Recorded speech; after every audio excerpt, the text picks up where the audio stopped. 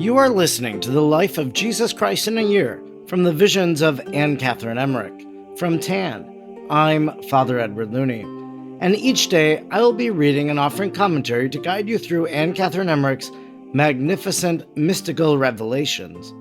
In addition to listening, you can follow along with the 4-volume hardcover set of The Life of Jesus Christ and Biblical Revelations available from TAN. Before we get to today's reading, let us ask the intercession of our venerable author.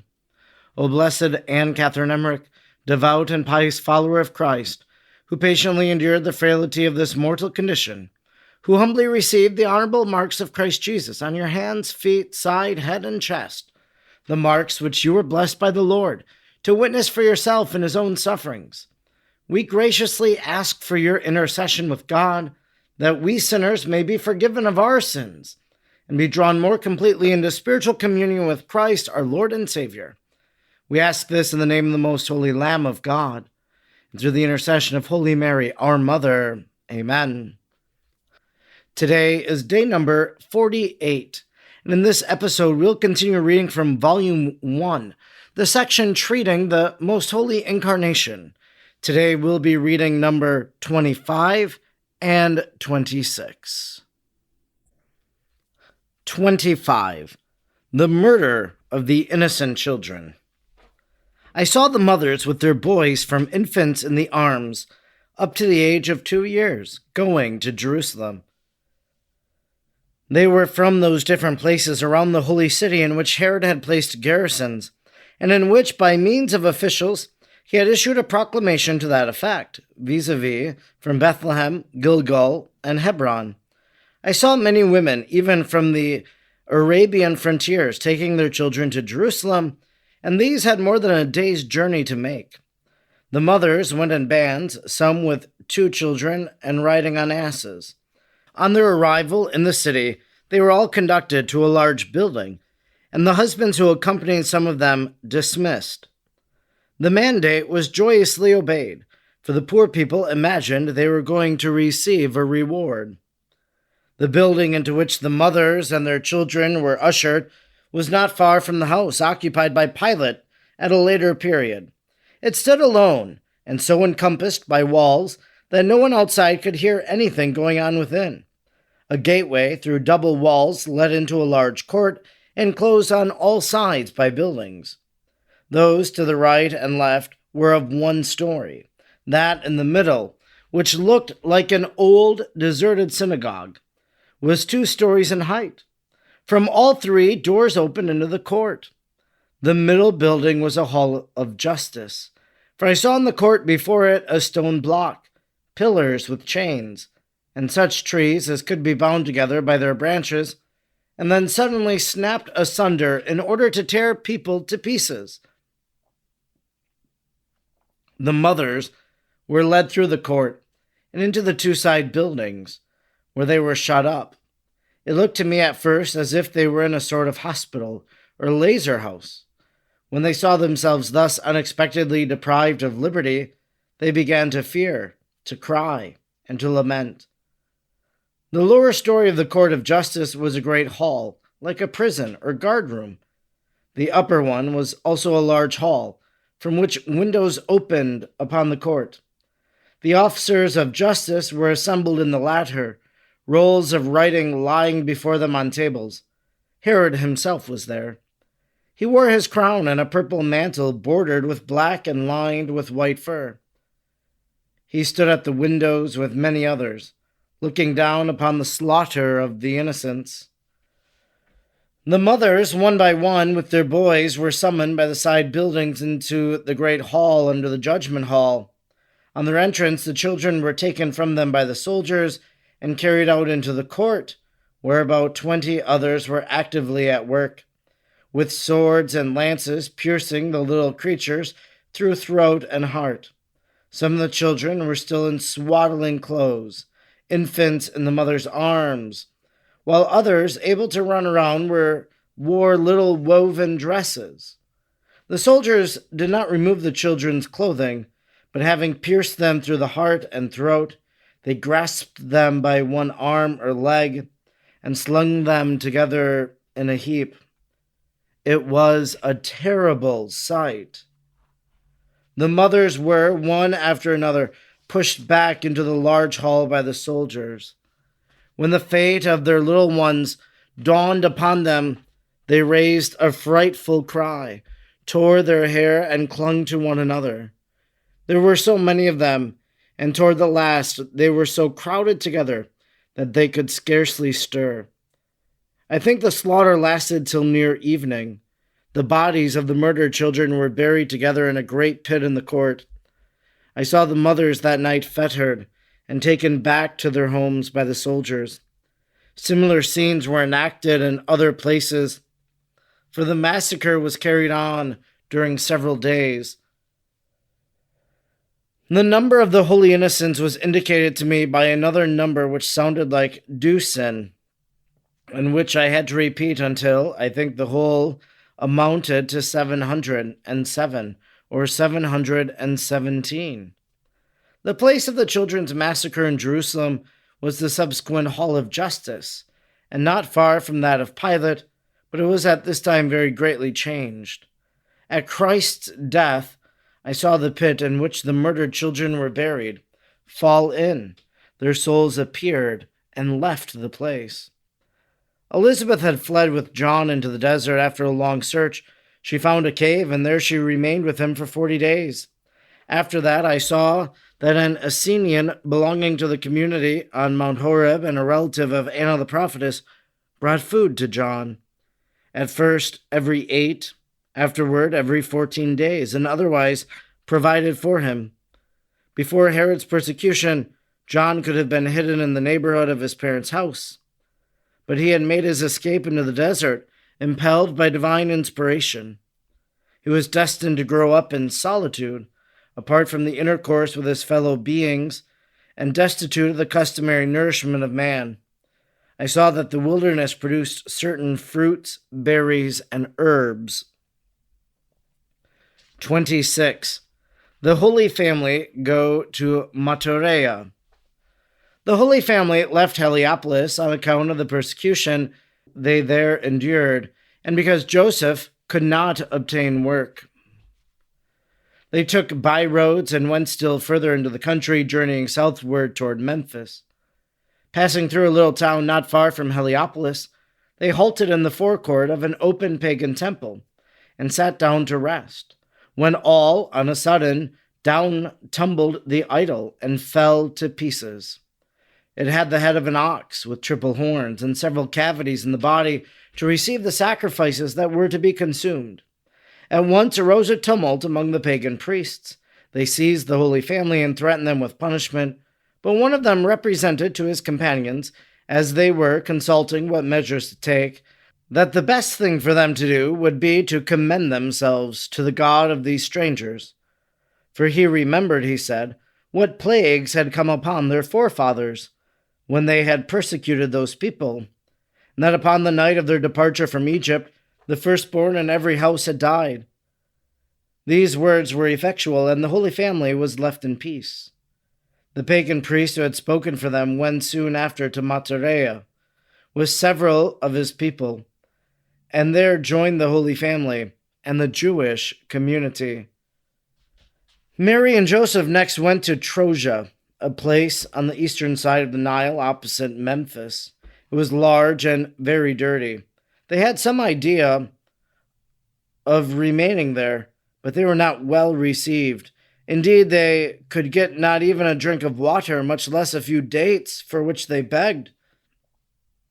Memphis lay west of the Nile, which was at that point very broad, and contained some islands.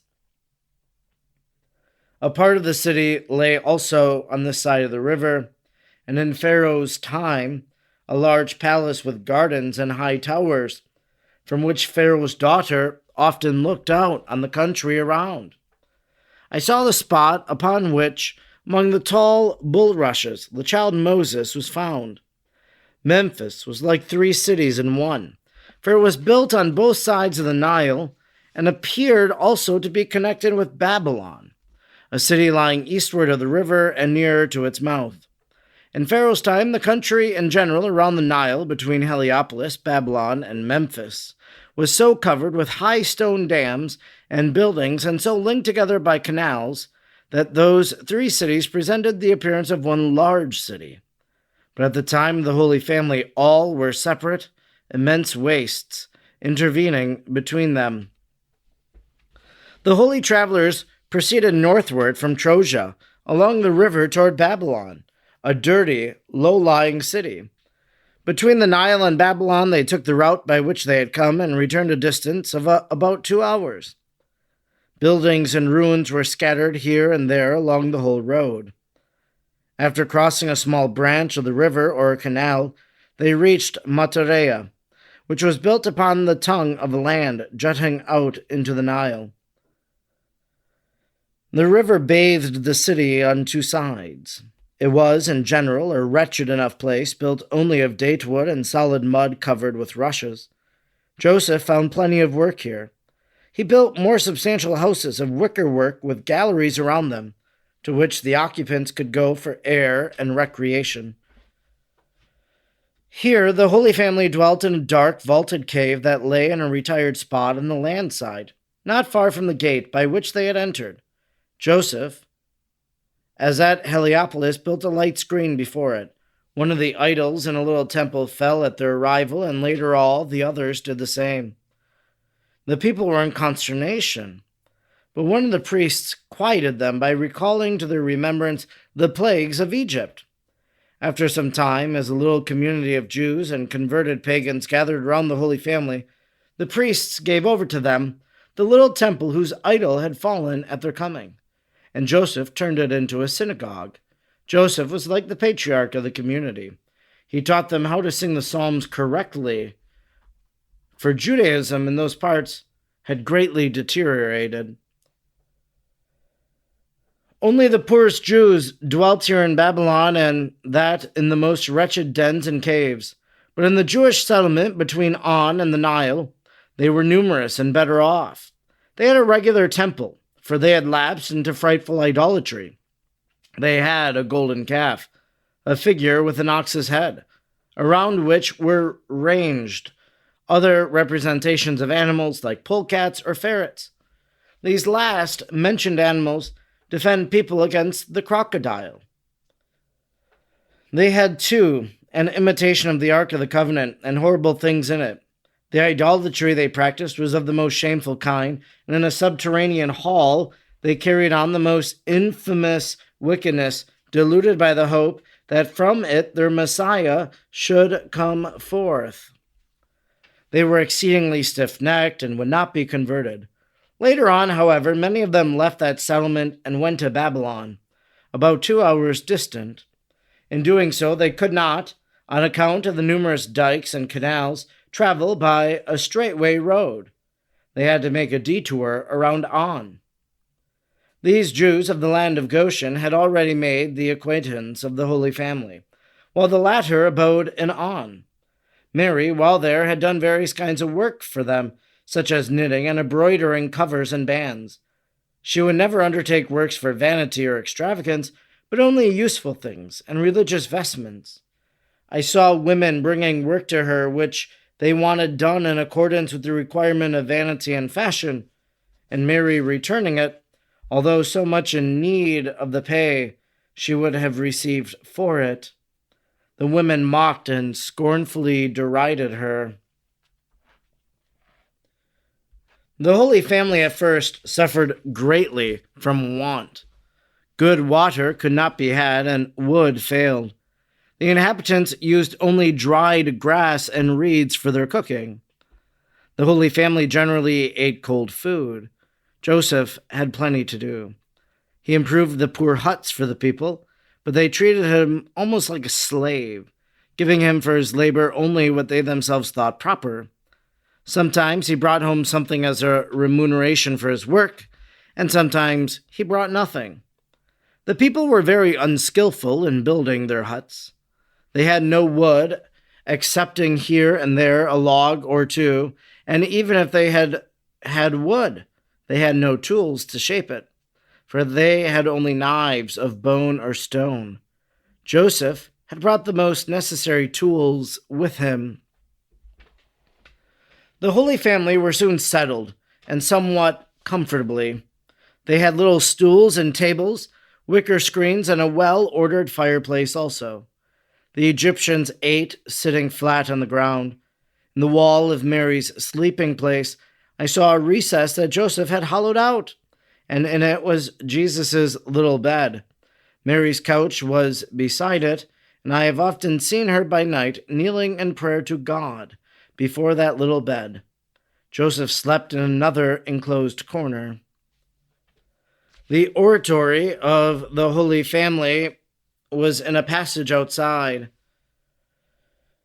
Joseph and the Blessed Virgin had separate places in it, and Jesus, too, had his little corner where he prayed, sitting, standing, or kneeling. There was a kind of little altar before the Blessed Virgin's place, a small table covered with red and white. The table was like a leaf on hinges that could be let down from or put up against the wall. When let down, it disclosed a shelf in the wall itself, and on the shelf were various objects, among them something that was held as sacred.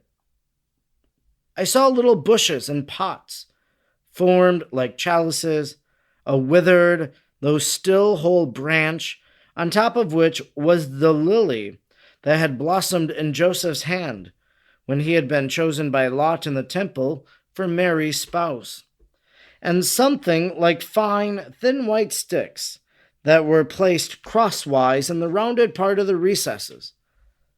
The blossoming lily branch was the top of Joseph's staff. It was stuck in a box about 1.5 inches in diameter. The little sticks that were arranged crosswise were also in a box, a transparent one. There were about 5 of those little white sticks of the thickness of a coarse straw. They were crossed and bound in the middle to a kind of little sheaf. But one pays very little attention to such things. When in vision, one's thoughts are chiefly intent upon the holy personages there presented. I saw that the Holy Family had to subsist on fruits and bad water. They had been so long without good water that Joseph resolved to saddle the ass, take his leathern bottle, and start for the balsam spring in the desert in order to get some. But the Blessed Virgin was told in prayer by an angelic apparition that she should seek and find a spring at the back of their present abode. I saw her going over the hill in which they dwelt to a deep vacant lot that lay at some distance between ruined walls. A large, old tree stood on that ground. Mary had in her hand a rod provided with a little scoop, such as the people of that country commonly carry on journeys. She stuck it into the ground near the tree, and a beautiful clear stream of water instantly gushed forth. She hurried back joyfully to call Joseph, who soon removed the upper crust of earth and disclosed a well which had long ago been dug out and lined with masonry, but which for some time had been choked up and dry. He soon restored it and paved it around very beautifully, with stones at the side of the well toward which Mary had approached. Lay a great stone, almost like an altar. I think it was used for that purpose in former times. The Blessed Virgin, after that, often washed Jesus' clothes and bands here, and dried them in the sun. The well remained unknown and was used only by the Holy Family until Jesus had grown large enough to go on little errands, and even to bring water for his mother. Once I saw him taking other children to the well and giving them a drink of the water which he scooped up in a hollow, crooked leaf. The little ones told this to their parents, and so the well became known. Others now began to go to it, though it remained principally in the use of the Jews. Even in the time of the Holy Family, it possessed healing properties for the leprous. Later, when a little chapel had been built over the dwelling of the Holy Family, there was, near the high altar, a flight of steps leading down to their first abode. There I saw the spring. It was surrounded by dwellings, and its waters used for the cure of leprosy and similar diseases. Even the Turks kept a light burning in the little chapel, and dreaded being overtaken by some misfortune if they neglected it. But the last I saw of the spring, it was lying solitary, surrounded only by trees. I saw the boy Jesus bringing water from the well for his mother for the first time. Mary was in prayer when the boy slipped to the well with a bottle and brought it back full of water. Mary was unspeakably affected when she saw him coming back with the water. She knelt down and implored him never to do that again, for he might fall into the well.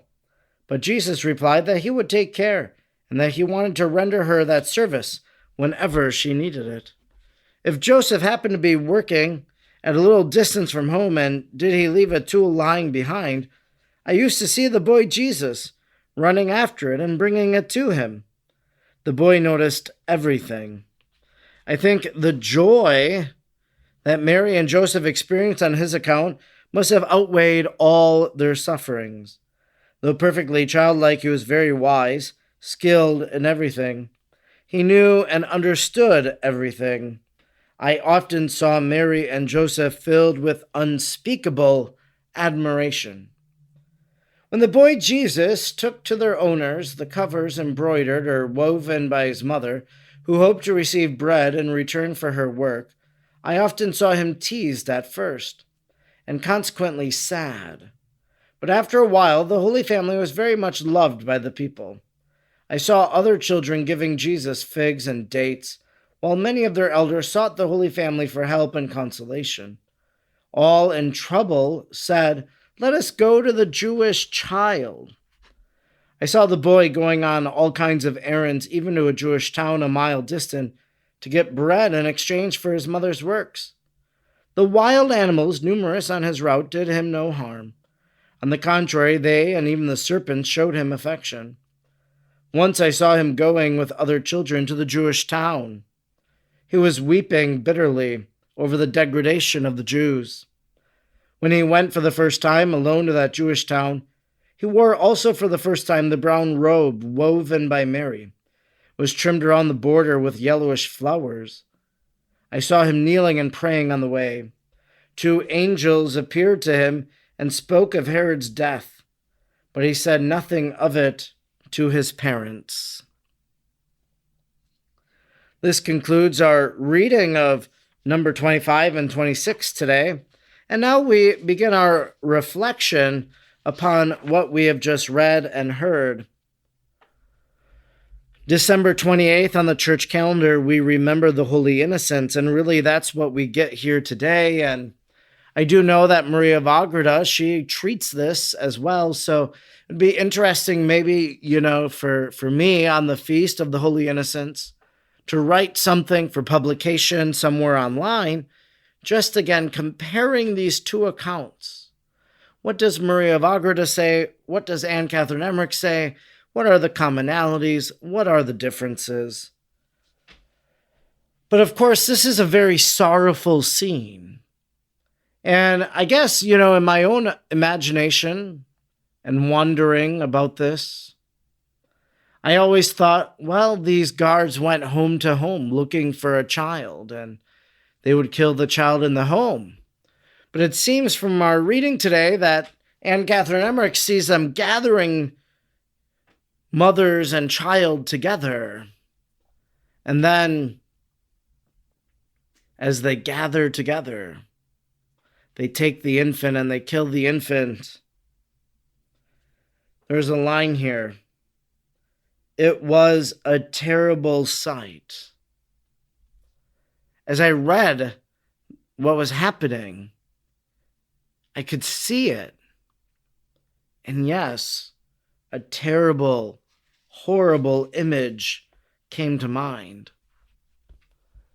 When I was in the Holy Land a number of years ago, back in 2014, we were taken to a little mountain area. There's a little chapel in this mountain. It was said that John the Baptist was hidden there by Elizabeth so that John the Baptist would not be a victim of the Holy Innocents slaughtering.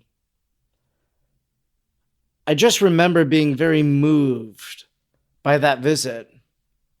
Took a picture there. I made it my Facebook header on my personal profile page. As you listen to this, hopefully, if I'm astute enough, I'll be able to post that picture on my public page at FR Edward Looney, and you can see it. It was a very moving place of prayer. Elizabeth and John the Baptist seeking refuge. It's often a place I return to in my mind, and I look at that image and I share that story often.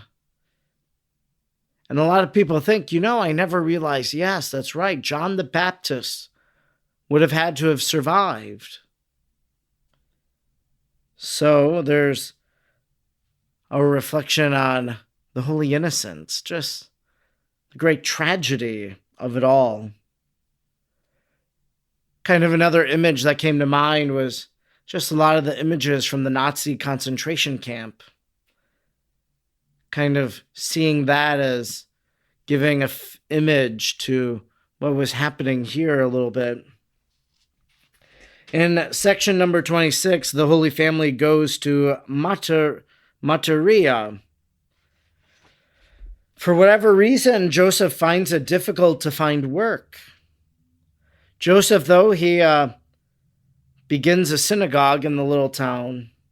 He taught them how to sing the Psalms correctly, for Judaism in those parts had greatly deteriorated. Think about Jesus. He quotes a psalm on the cross, my God, why have you abandoned me?" He would have sung these psalms just as monks sing the psalms today. We think about the Holy Family, Mary and Joseph teaching the Christ child. Well, not only did he teach the Christ child, but he taught others as well. We heard about idolatry. They had an imitation of the Ark of the Covenant and horrible things in it.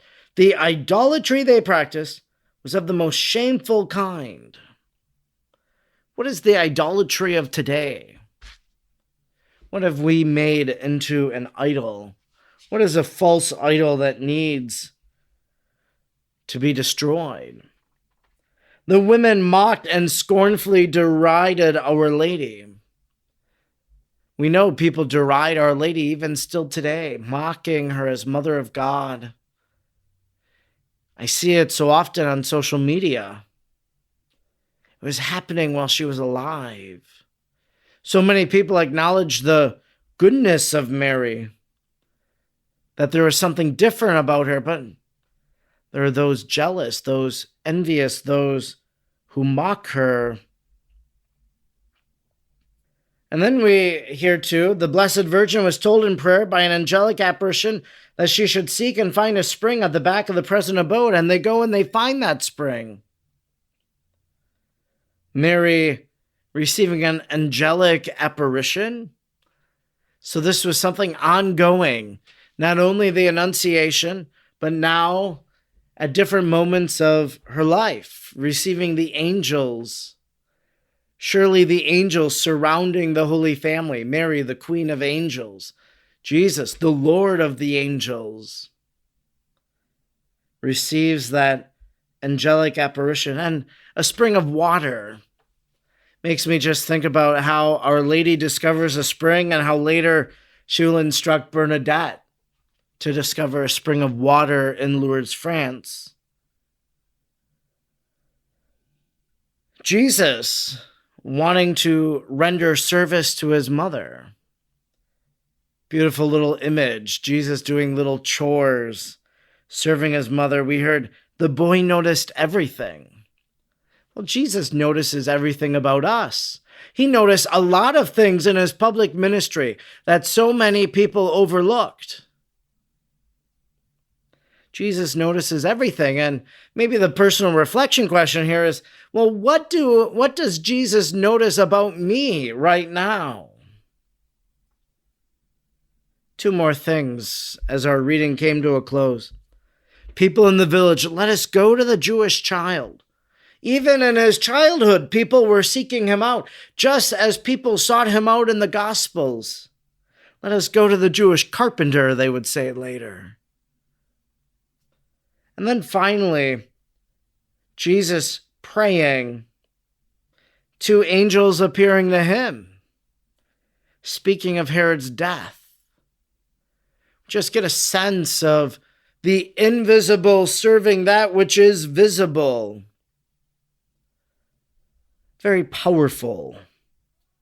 As we continue reading and reflecting on these writings of Anne Catherine Emmerich, this does bring us to an end of our reading and reflection for today. Please be sure to subscribe to the podcast and sign up for email notifications at emmerichpodcast.com and use coupon code ACE25 for 25% off your next order at tanbooks.com. Also, please share the podcast with others, email it to your friends, text a link, invite them to begin listening so that you can have holy conversations with your family and friends about the writings of Anne Catherine Emmerich. Don't forget to rate and review the podcast on whatever platform you're listening. I hope you'll join us next time as we continue meditating on the life of Jesus Christ and biblical revelation with the help of Blessed Anne Catherine Emmerich. Until then, may God bless you and Mary pray for you.